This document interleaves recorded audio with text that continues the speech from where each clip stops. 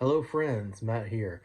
And if some of you guys watched my first video of the year where I talked about all my sponsors and affiliates for 2024, one of them is FlyRite Disc Golf in Cartersville. It's a retail store that does a great job getting good plastic in players' hands, and they do a thing every month where they have a disc of the month where they stock it heavy and promote it, where you get to try out a different mold that maybe is not as popular or well known, or sometimes it is a very popular, well known mold that they're just promoting a little bit. And this month, it is the Infinite Disc Czar in the iBlend plastic. They had a few colors of these, but I ended up picking the green one because it was a little bit flatter. If you like a pop top, the blue ones were pretty domey, but this one's 165. And people have said online that this is the old TeeRex mold. Some people say it's a blunt-nosed Wraith.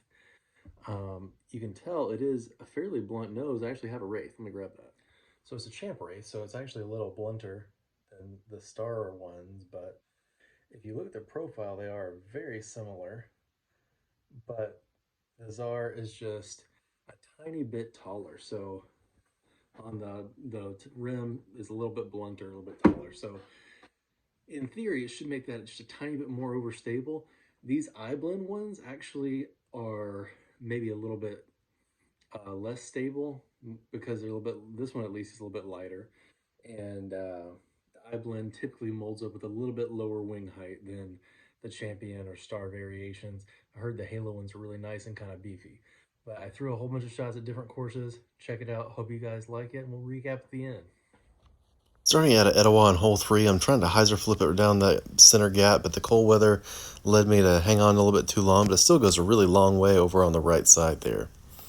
Heading over to hole 12, I'm trying to get it inside that one tree that you need to miss, and I didn't manage to do it, but the flight was still really nice and usable to get up and down.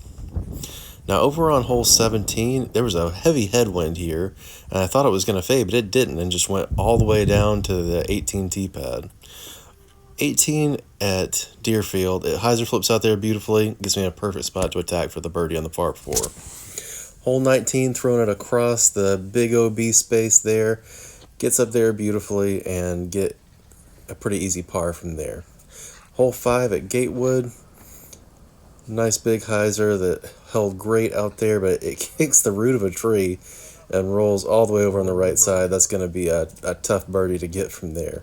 Now I'm at Calhoun.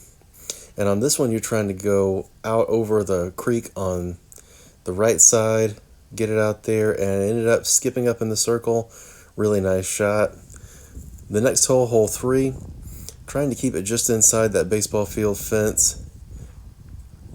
Gets out there in the hyzer great, and then it clips that pole and almost goes in the basket. So as you can see, these iBlend Czars, they can get good distance. As long as the wind's not straight in your face like it was on hole 18 at Etowah, you can pump it out with some pretty good power on a hyzer. It'll flip and ride, and you will still get some fade. Or if you hit it flat, it'll drift and come back really slow. Or if there's a little bit of wind or you got a lot of power, not at all, and just hold that turnover line for a long time. Like I said, I think some of the other plastics would be a little bit more stable, but this one is a great choice if you're a moderate power player, or if you're just looking to try out a new distance driver that's a really good price. That's great. Check them out at FlyRite, and most of your preferred online retailers will have these as well. So thank you guys for watching. Have a great night, and I'll see you in the next one.